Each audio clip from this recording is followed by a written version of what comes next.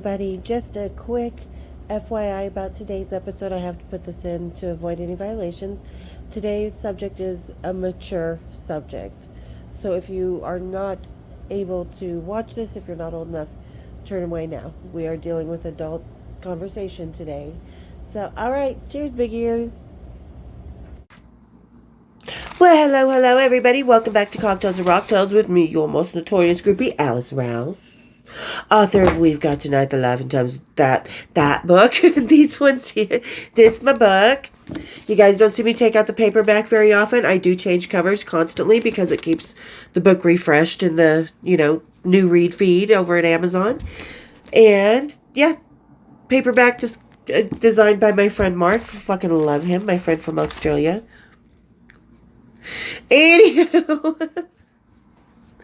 So thank you guys as always for being such an amazing family here, being welcoming to the new members, really having a good conversation, really all of us just bonding over the love of music and forgetting about everything else.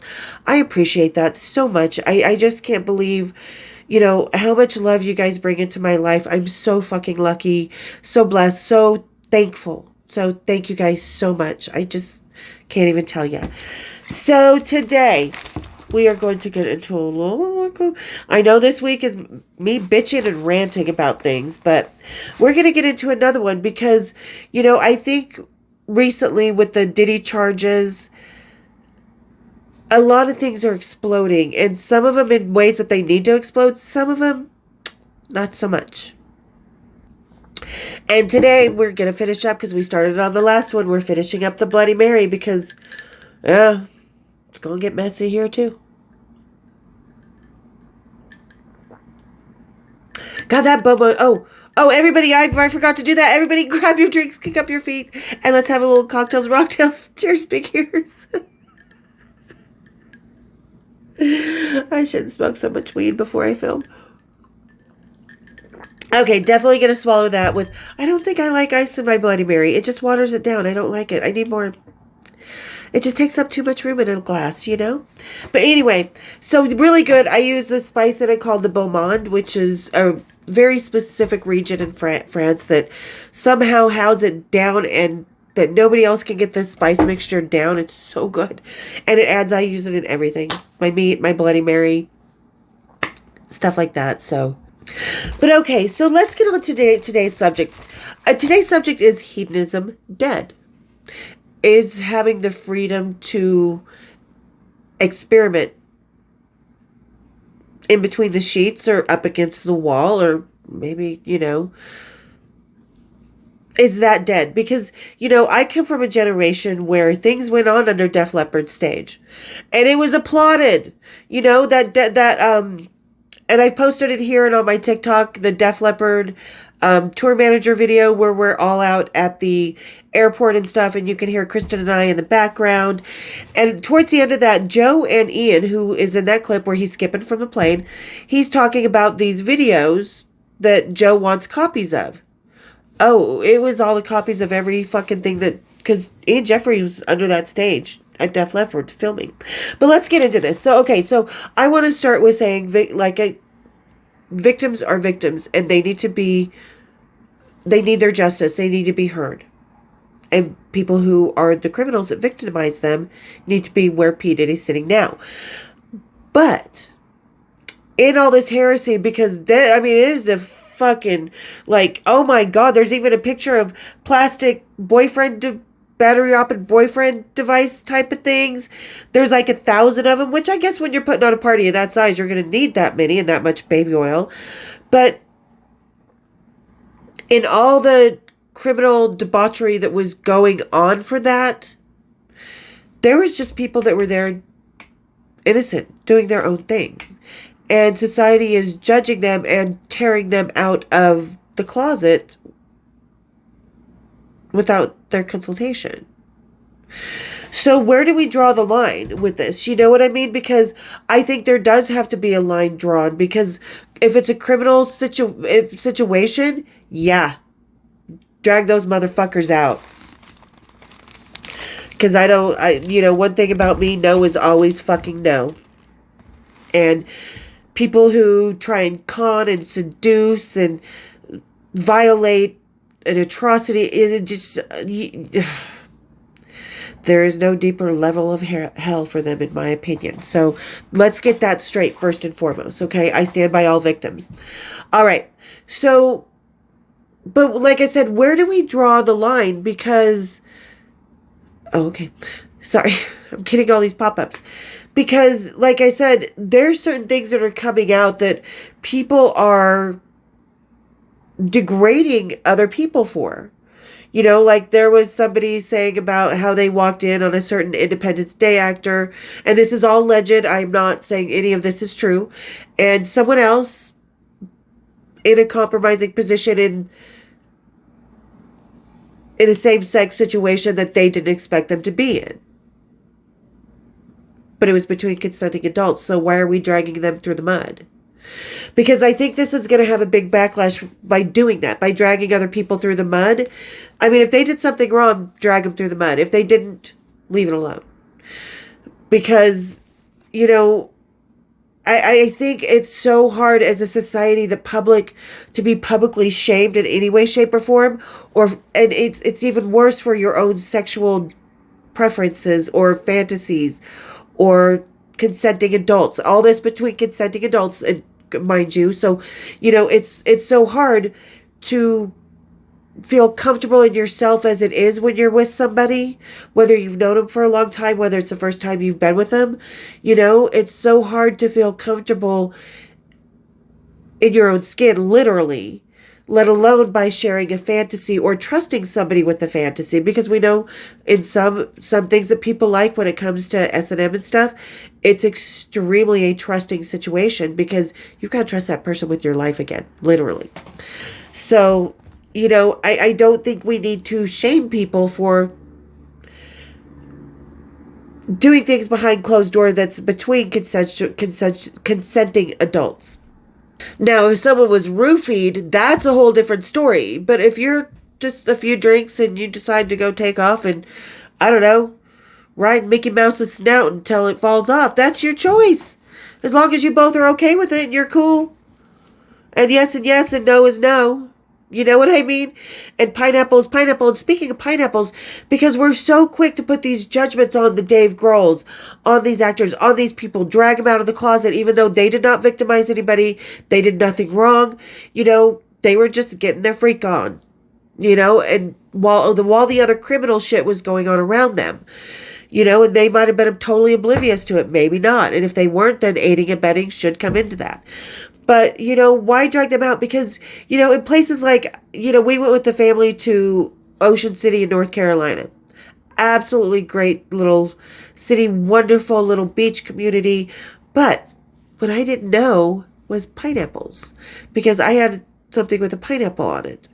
And I had to be explained that the pineapples were swingers.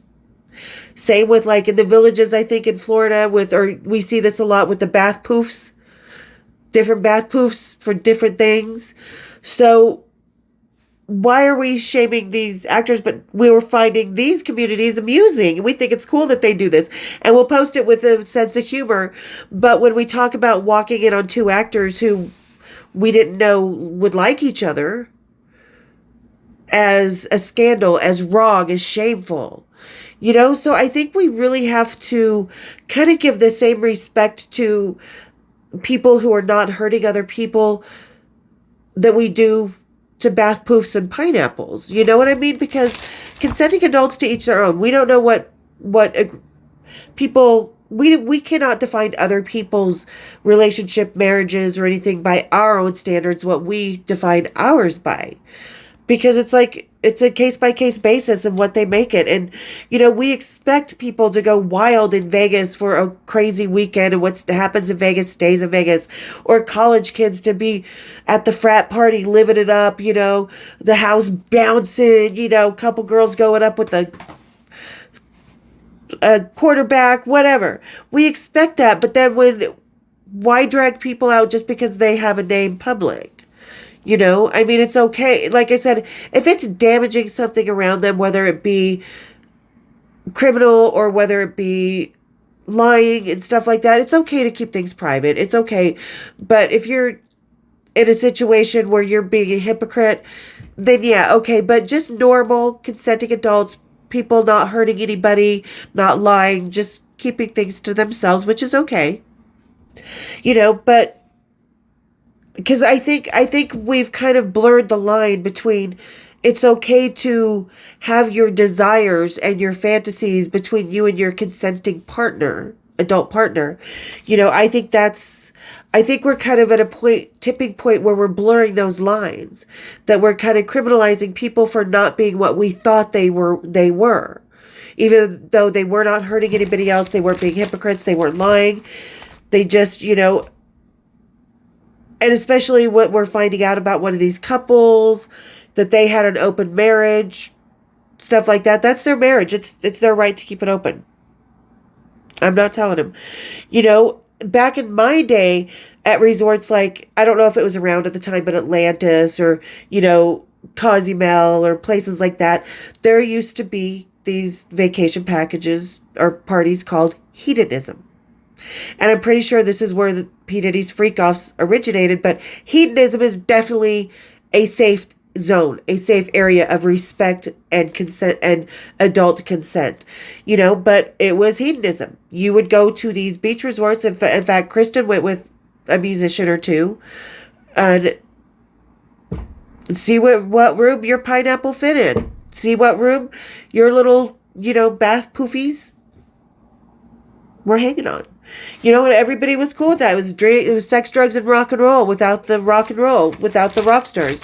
And it was promoted as hedonism. Come party, everybody, get yourself on. So, unfortunately, P. Diddy was allegedly abused, allegedly did all this, and it was allegedly started from a very alleged sinister place. So that's the difference between the hedonism at the resorts like Cozumel and stuff as compared to those parties, right? Because it used to be something that people, let's go to hedonism. You planned your whole fucking vacation around this, your adult vacation, and it was okay. Sex, drugs, and rock and roll. Look at how it's always parodied, like in the Motley Crue, The Dirt, in Rockstar, and Almost Famous, and, Pistol about Steve Jones from the Sex Pistols. It's all parodied and, it's all accepted as well, but are we, like I said, in a danger zone where we are going to be blurring that line between it's okay to have this situation because you're both consensual, this is what you want, to, dude, you shouldn't have been doing that shit, and now you're paying for it type of stuff, right? And I know that seems like it's just simplifying it, but it is simple. Either you're in a consensual, respectful situation, or you're not. So I think we need to kind of keep that line, because like I said, there are some people that are being dragged out that I don't feel need to be dragged out because they weren't hurting anybody, because were just part of a big old party and were just completely oblivious to everything else that was actually going on around them. And when you are putting on something like hedonism, I would like to see like the place that Kristen went when they were getting ready for their hedonism long before the freak offs of P. Diddy's. I wonder what their baby oil or their toy or their, prophylactic or everything. I wonder what that little shopping list looked like, because it could be 1,000 of the plastic little battery operated boyfriends, or it could be 1,000 bottles of baby oil. Who knows? Who knows? It could be 500 orders of edible knickers. So, I think we're sensationalizing things and it loses the focus on the reality of the crime. So, I don't think that part should be made a joke of. I think it is funny. Let's face it, it is funny. Because you're like, what is all that baby oil for? Oh, I'm a former stripper, oil wrestling. Do you know how many bottles of baby oil you gotta squeeze into that thing to fucking wrestle? So, okay, we can make a joke of them. Okay, I shouldn't be too harsh, but I think we really need to watch the line of disrespecting people for their private antics that are just fine and healthy and normal, Even if it is a drunken night, it's okay. It's okay. We can be in Vegas and get drunk and sleep with 5 guys and go home and act like we're a fucking saint, right? Or 6 girls. Or, guys, it's okay if you go to the strip club when you go to Vegas, but not here. It's okay if you do this when you go to college. It's okay if you do this if you're here or in certain situations. It's okay if you display your poofs. But it's not okay because we hold certain people up to a different level. Again, I think we need to stop saint to saint, idolizing or expecting more out of our actors, musicians, and stuff. Because obviously they're going to let you down if you put them up on a pedestal. And like I said, in the 80s, sex, drugs, and rock and roll, that was promoted. It's in every fucking movie. It's where, oh God, there's another movie that I'm picturing. Oh, Detroit Rock City, where they're crawling through the backstage and you see a big old hot tub with 10 girls in it, and Gene Simmons with 2 on his arm, and, stuff like that. It's constantly accepted in a certain manner, but we have to reject it in others, and Hollywood kind of really parodies a lot of stuff. Okay, sorry. I'm going through all my notes, so what else do I have here? And again, this goes back to the rock and roll, what I just said in the groupie episode recently. You're out in the middle of this chaos. You're blowing off steam. You're working hard. You are working every 24/7, fucking 18 hours a day, being this rock star, going through, you don't even know what city you're in. You need to blow off steam. You're going to party fucking hard. Just like when people who go to who went to hedonism or who go to these swingers events, because they still happen. These swinger vacays, these swinger vacations and stuff that are geared. We don't need to know about that. That's their business. Leave it there. Because I think once we start as a society sensationalizing things on TikTok or Instagram or whatever, like I said, I think we start to blur a line and it's going to repress people. And I live in Utah, and trust me, the number one customer for hookers here are Mormon men because they are so, and that's a joke. It's not a joke. I'm not one of those. Trust me. I've spent my fucking past 22 years proving I was never one of those. But I know this because I live in Utah, and on North Temple, there used to be a Wiener Schnitzel where the hookers would hang out, and you'd see your bishop there, perusing the selections. Okay. So, I think that, I can't even remember where I was going for that. I forgot. But anyway, so I think that, because our influencers are sensationaling a lot of things, it's turning a lot of negativity to people. It's turning a lot of negativity to being who you want sexually and being in like a throuple or having a threesome or, having voyeurism. Oh, what just burned out? Ooh, that was kind of creepy. Maybe it's a sign. Anyway. So I think that, people who want to experiment in a healthy consensual situation might become more scared. I think we've put such a stigma on anything that's not missionary and vanilla that people are afraid to express themselves. Oh, and that's where I was going, which that's not healthy, because then you end up on North Temple at the Wiener Schnitzel.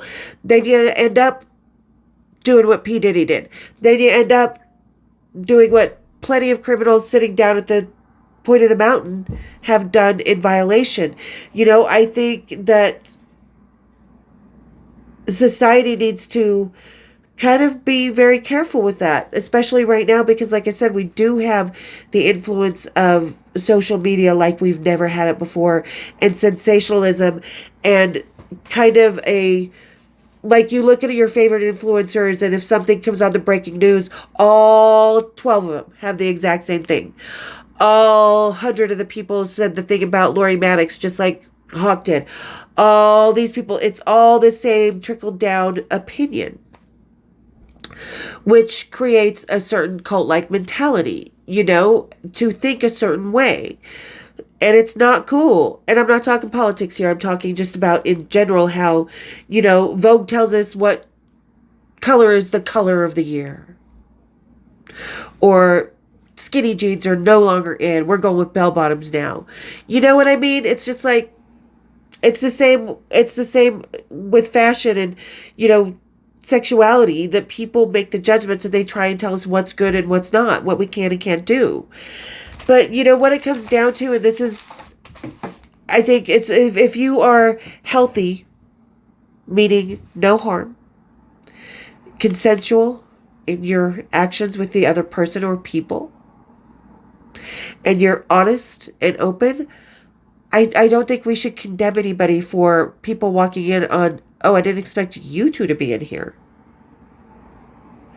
Let me back out. Because we've all been there. If you've walked in on your parents, if you've walked in on a friend, if you've walked in on someone in the bathroom, and you didn't know they were in there, and you're like, oh, whoa, whoa, whoa, whoa. That's one thing.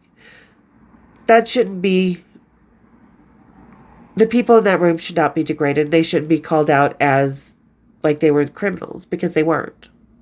The criminals are going to be called out because the whole Diddy thing is about to get fucking ugly, because he's going to sing. He's going to. And certain people are going to go down. And they deserve it. But the people who don't deserve it are the people who are completely clueless. Because Tommy Lee is one of the people that they have a picture with him and Diddy at one of the freak-offs. We all know Tommy Lee fucking clueless.